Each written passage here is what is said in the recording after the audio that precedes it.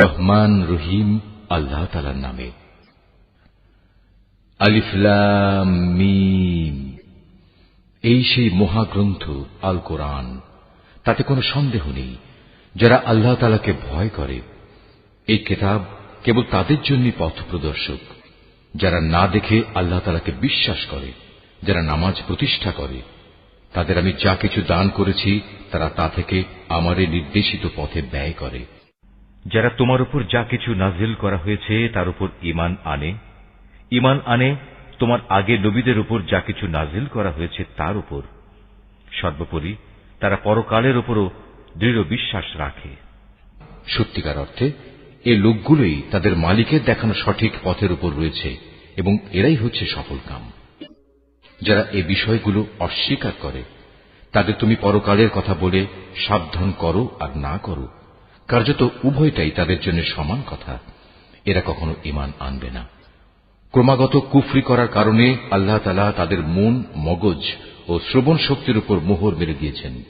এদের দৃষ্টিশক্তির উপরও এক ধরনের আবরণ পড়ে আছে। যারা এ ধরনের লোক তাদের জন্য পরকালের কষ্টদায়ক শাস্তি রয়েছে। মানুষদের মাঝে কিছু লোক এমনও আছে যারা মুখে বলে আমরা আল্লাহ তাআলা ও পরকালের উপর ঈমান এনেছি, কিন্তু এদের কর্মকাণ্ড দেখলে তুমি বুঝতে পারবে এরা মোটেই ঈমানদার নয়। মুখে ঈমানের দাবি করে এরা আল্লাহ তাআলা ও তার নেক বান্দাদের সাথে প্রতারণা করে যাচ্ছে। মূলত এ কাজের মাধ্যমে তারা অন্য কাউকে নয়, নিজেদেরই ধোঁকা দিয়ে যাচ্ছে, যদিও এ ব্যাপারে তাদের কোনো প্রকারের চৈতন্য নেই। আসলে এদের মনের ভেতর রয়েছে এক ধরনের মারাত্মক ব্যাধি।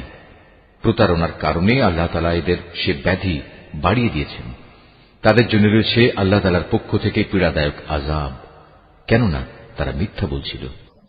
তাদের যখন বলা হয় তোমরা এই শান্তিপূর্ণ জমিনে অশান্তি ও বিপর্যয় সৃষ্টি করো না, তখন তারা বলে না, আমরাই তো হচ্ছি বরং সংশোধনকারী।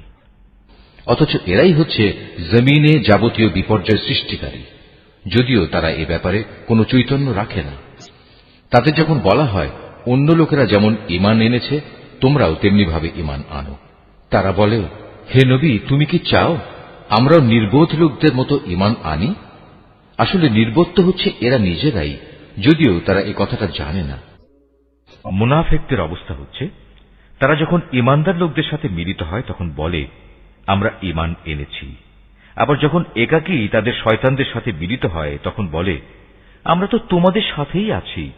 ঈমানের কথা বলে ওদের সাথে আমরা ঠাট্টা করছি মাত্র। মূলত আল্লাহ তাআলাই তাদের সাথে ঠাট্টা করে যাচ্ছেন। আল্লাহ তাআলাই তাদের অবকাশ দিয়ে রেখেছেন, তারা তাদের বিদ্রোহে বিভ্রান্তের ন্যায় ঘুরে বেড়াচ্ছে।